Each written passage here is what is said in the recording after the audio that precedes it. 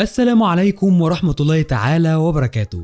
أهلا بيكم في صندوق المعرفة. موضوع النهاردة عن الحمار. والله العظيم زي ما بقولك كده، موضوع النهاردة عن الحمار. الناس كلها جاية عليه كده مع انه حمال قاسية وبيتحمل كتير اهانات وضرب، وكل واحد عايز يشتم حد بيشتمه ويقول له انت حمار، مع ان الحمار ده حيوان ذكي ومصنف ان هو تالت اذكى حيوان بعد الحصان والقرد، مش زي ما احنا فاهمين خالص ان هو حيوان غبي. ده طبعا غير الصفات الجميلة اللي فيه، زي الوفاء لصاحبه ومعرفته كمان لصوت صاحبه اللي بيوجهه للطريق بتاعه، وطبعا التحمل والصبر على المشاق. بس فيديو النهارده هيتكلم عن مذبحة الحمير اللي عاملاها الصين في العالم كله، وليه الصين بتلم كل الحمير الموجودة في العالم علشان تذبحها وتاخد جلدها، وايه الدواء السري اللي في الصين ومش عايز اتعرف حد اسرار التصنيع بتاعه. ده بقى اللي هنعرفه، بس قبل ما نبدأ ما تنساش تعمل اللايك والشير والاشتراك في القناة علشان يوصلك كل جديدنا.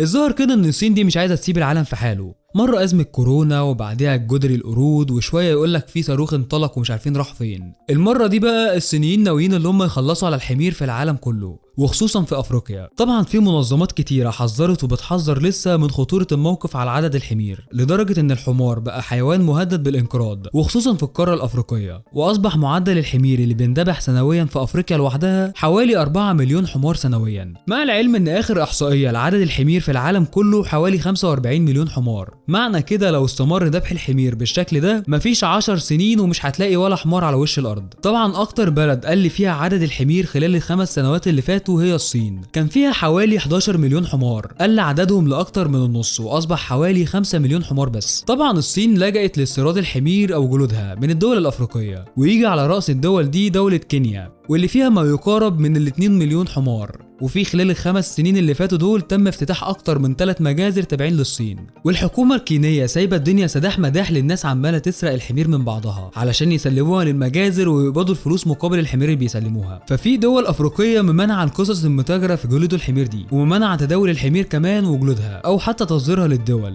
ومن الدول دي تنزانيا ومالي والسنغال، و11 دوله افريقيه تانية ممنوع منعا باتا المتاجره في جلود الحمير فيها. الموضوع وصل في كينيا ان خلال ال6 سنوات على الاكثر هينقرض الحمار الكيني. لما نعرف ان الصين بتحتاج 10 مليون جلد حمار سنويا، يبقى لازم كده لما مؤاخذه نخاف ونخبي الحمير اللي عندنا.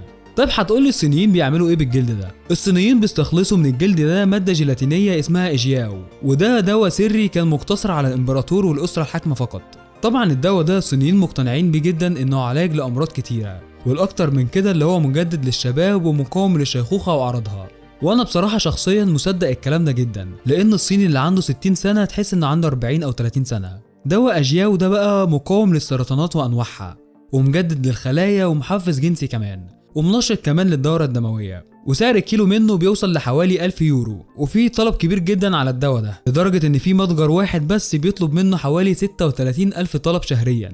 طبعا ممنوع التصوير او تسريب اي معلومه عن كيفيه تصنيع المنتج ده، لانه يعتبر من اسرار الصناعه الصينيه. ما انا بقول لك انه كان سر للاسره الحاكمه فقط، ولكن تم تصوير فيديو قصير كده للتلفزيون الصيني بيوضح فيه انتاج الجياو. 变成一盒成品阿胶需要99道大工序，300多道小工序，长口锅慢火细熬，整道流程下来需要足足80天。所以说，这个经验对阿胶生产以后，它的要求也是非常严格，就在这里。掌握火候是手工熬胶贯穿始终的技艺，凭借的就是丰富的熬胶经验。通常3斤驴皮才能熬制出1斤阿胶。 الصينيين دول نفسهم حلو عموما، وبياكلوا اي حاجه بتمشي او بتطير او بتعوم، وما عندهمش اي قيود على نوع الاكل. خفاش ماشي، صراصير اوكي، حمير ما يضرش. وطبعا العلاج ده ما اتعملش عليه دراسات كتير، بس الواقع بيقول ان فعلا الصينيين دول شكلهم اصغر سنا واكثر نشاطا.